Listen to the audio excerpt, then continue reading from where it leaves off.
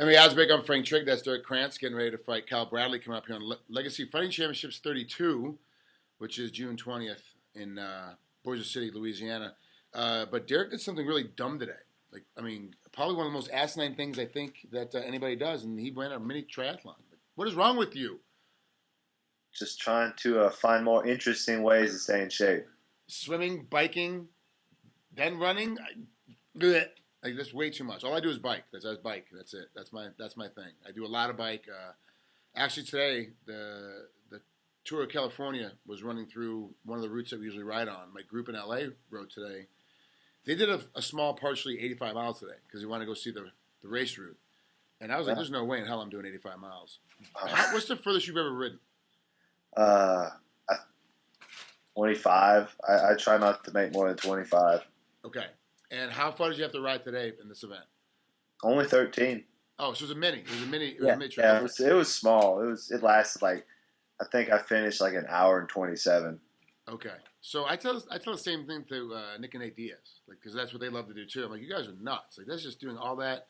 You can try to get a hold of Nick or Nate sometimes. They won't ever. You can't get a hold of them because they're on a 65-mile bike ride. They just won't pick up their phone. So it's what is going on with these cats? Are you one of those guys, too, that once you get on your bike, you just that's it, that's your zone, you're making circles, and you're just going to keep going for it until you get the job done? I guess you could say that. Yeah. Why not?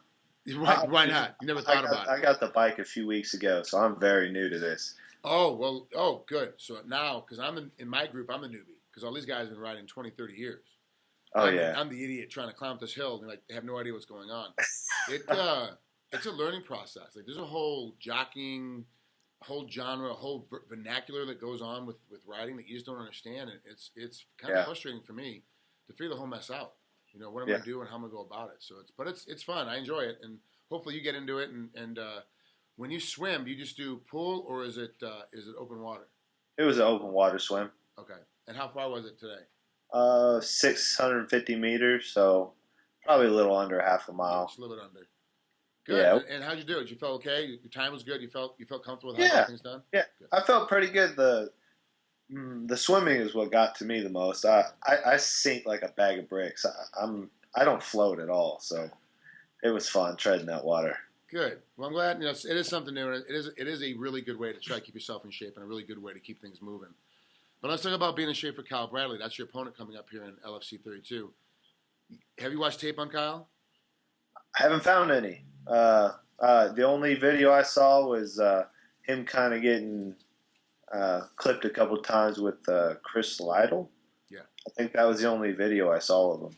I haven't seen that much on him either, but he does come from what I understand, talking to a few people that know him, a few people that have been in camps that had to compete against him, kind of thing, that he is an exceptional submission guy.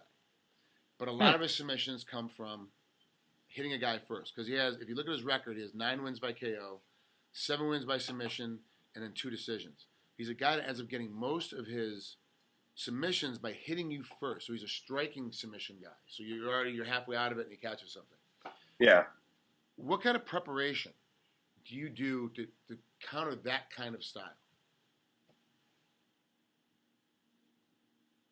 Really? Just train like I usually train. Kyle Bradley, he's a tough opponent. Submissions, I've seen a bunch of submissions and a lot of getting punched while trying to be submitted. So I think I'll probably fare better on the submission part than he will. That's just my opinion. If he wants to take to the ground, that's probably going to be his downfall. Yeah, if you look at your record, you have 6 KOs and 8 submissions in your 14 wins. And you really do have a good style for MMA as far as submission game goes. You have a real good knack for finding the way to get to the finish. Yeah, I don't want to be in there for 15 minutes. It's always, for the amount of money you get paid, it's always, you try to average it out by seconds. So the quicker you're out of there, the more money you make per minute. That's kind of how you work it out. So let's talk about your submissions. Your last 2 fights, though, you lost by submission. Yeah. I want to talk about the Patino fight specifically. That was back on LFC 18. You lost by guillotine choke. What Yeah. happened during that fight that you got caught? I got this bad habit of not wanting to hit my back. So as soon as I start hitting my back, and I saw his legs, and he had he had me around my neck like in a turtle position, and I shot for his legs anyways, trying to take him down. And I'm a sucker for that guillotine setup, and I've been working on it a bunch. That's probably my Achilles heel. That's what I've been hit. I think I've only been submitted by a guillotine 3 times in the last 3 years. I don't get submitted often, and when I do, I get pretty pissed off. Yeah, I can imagine. So did your coaches have to bring you back in and go, look, we got to really work on this thing now and kind of keep it together? Somewhat. It's funny because people, I kind of get caught off guard because I don't see. So I'll go through.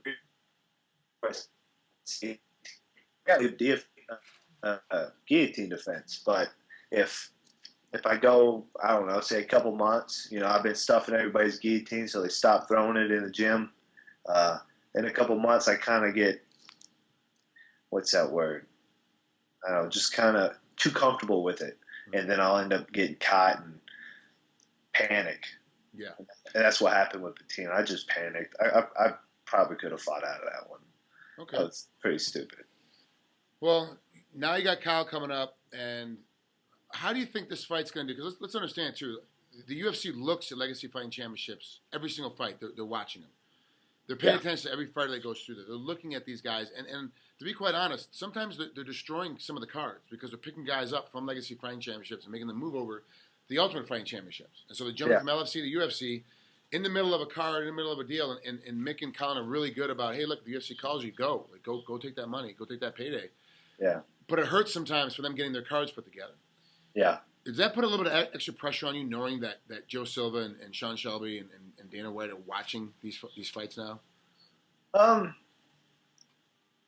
Yes and no. I mean, it kind of lights a little more of a fire, because I'm not a safe fighter. I go out there and try to finish. So I'm gonna go out there, and Kyle Bradley, I'm not gonna look there and point spar with him and play patty cakes. I'm gonna try to take his head off as soon as that bell rings. So it's gonna be exciting. But remember too, that's what they like to see. They want to see guys like that. So if you put together 4 or 5 wins in a row, it won't be a surprise they start calling you, especially if you're winning like that, because that's what they want to see. That's what I need. Yeah, I got into the habit of doing that. I went like 8-0, and my cardio was kind of a big problem back then, and I did that I fought like that, and usually if I lasted till the 3rd round, I had nothing left in me. Gotcha. So I started pacing myself, and then they started lasting longer. Yeah, I actually had that conversation with Jake Ellenberger. He'd come out like a juggernaut, and then he'd gas out in the 3rd round because he went so hard, and he tried to pace himself, and it actually got worse for him. Yeah. So you got to go. If your style is to go, then just go. If that's your style, just go after it and get after it. And I got to be honest with you, Jake is still one of my favorite fighters to watch because he has that wrestling mentality, but he has that aggressive, just mad dog kind of just chase a guy down. My personal opinion is that's the best kind of style because, one, you have to be in shape to do that kind of style. And everyone gets tired. Everybody gets tired to come in the 3rd round. Especially everyone gets tired in these championship fights in the 5th round. So you're going to be tired, but you got to be in shape where you can just go like that rate, that hard time the entire time. That's what guys like Cain Velasquez do. He just goes, and he goes all 5 rounds. You can't figure out what the hell's going on. How is he not slowing down? At this point, his size, he should be slowing down, but he just trains like that all the time. Yeah. It's impressive. It's impressive for sure. Well, Derrick, thanks for coming on here. I really appreciate it. Good luck against Kyle Bradley in LFC 32. MMA Oddsbreaker appreciates coming through here, and we'll definitely be talking to you before your next fight. This fight, for me, is going to be a good one to watch. I really want to see how things, because I like both of you guys as athletes. I like what you guys do outside the cage and ring as well. So I want to see how this matchmake works out if Colin actually did his job right. Oh, absolutely. Take care, bro. We'll talk to you later. All right. Thank you.